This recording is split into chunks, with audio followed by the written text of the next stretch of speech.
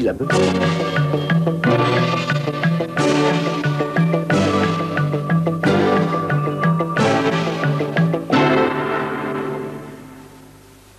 Aujourd'hui, l'Afrique du Sud a un président noir dont le nom a fait le tour du monde, Nelson Mandela. Mais il y a 20 ans, le président Mandela était en prison et presque inconnu du grand public. À l'époque, la révolte soudaine du quartier noir de Soweto dominait l'actualité. Le monde entier découvrait alors la violence d'une minorité de blancs qui gouvernait le plus grand pays d'Afrique noire.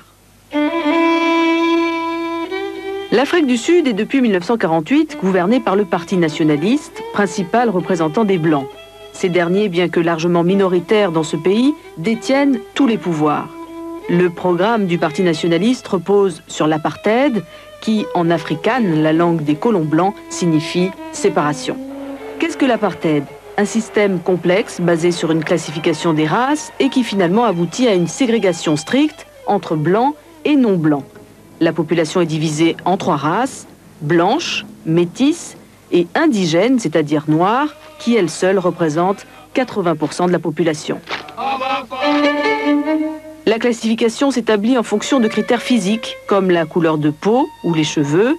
Les mariages entre blancs et noirs sont interdits et passibles des tribunaux, de même que les relations sexuelles. L'apartheid est en grande partie l'œuvre d'Hendrik Verwoerd. Bien qu'étant connu pour ses opinions pro-nazis, il devient ministre des Affaires indigènes en 1948 et il met alors en place les premières lois de l'apartheid. Dans ce système raciste, l'appartenance à l'une ou l'autre des races entraîne une série d'obligations et d'interdictions. Tout contact entre blancs et noirs est strictement réglementé. Les lieux publics comme les administrations, les écoles, les parcs, les plages ou les toilettes sont divisés entre zones blanches et non blanches. À l'école, les Noirs ne suivent pas le même programme que les Blancs. Ils reçoivent un enseignement de seconde catégorie, destiné les principes de la ségrégation. Même les compétitions sportives mêlant les différentes races sont interdites. Les Noirs sont exclus des emplois supérieurs réservés aux Blancs.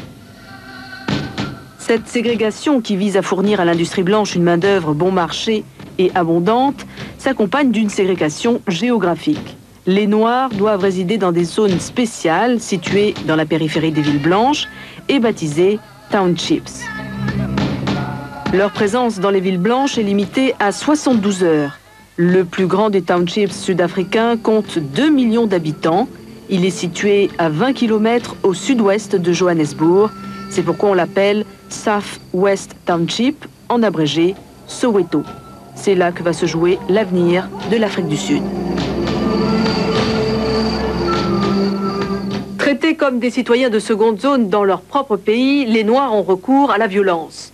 Une violence qui va faire voler en éclats la façade respectable de l'État sud-africain. Le dos au mur, le pouvoir blanc engage alors une répression qui choquera le monde entier par sa barbarie. L'Afrique du Sud des années 70 est d'abord un pays aux mains des Blancs qui représente 20% de la population. Une minorité qui détient la totalité du pouvoir et l'essentiel des richesses.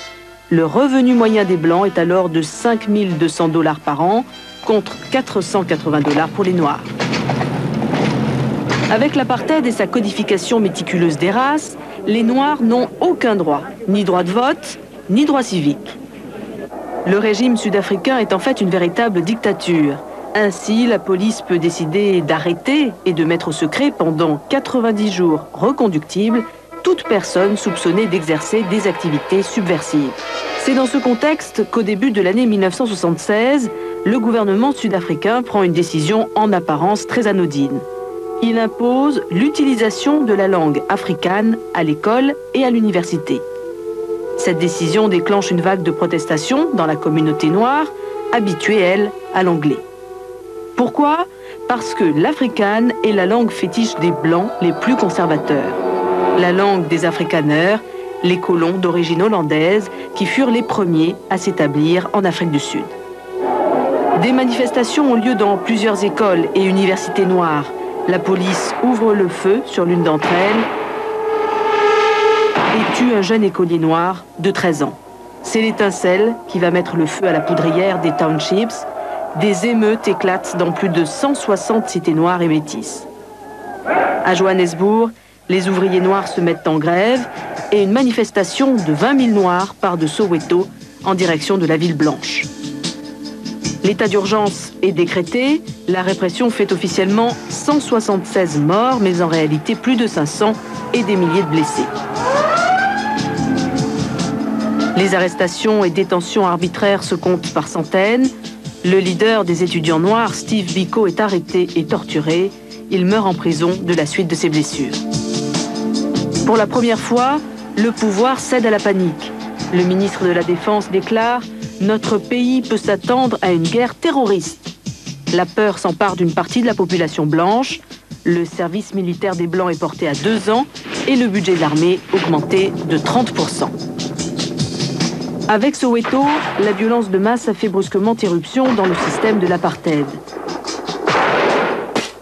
La condamnation de la communauté internationale est unanime, mais les sanctions symboliques. Paris et Washington se limitent à un embargo sur les armes à destination du régime de Pretoria. Au bout de 2 ans de troubles en Afrique du Sud, la situation semble à peu près maîtrisée par le pouvoir, mais du côté de la population blanche, la peur s'est installée. Une peur qui pousse le pouvoir à réagir par la force pendant près de 10 ans. Il faudra attendre en effet la libération de Nelson Mandela en 1990 et la pression de la communauté internationale pour voir l'Afrique du Sud s'engager sur le chemin d'une libéralisation progressive. Aujourd'hui, l'Afrique du Sud a rejoint le camp des démocraties. Au revoir.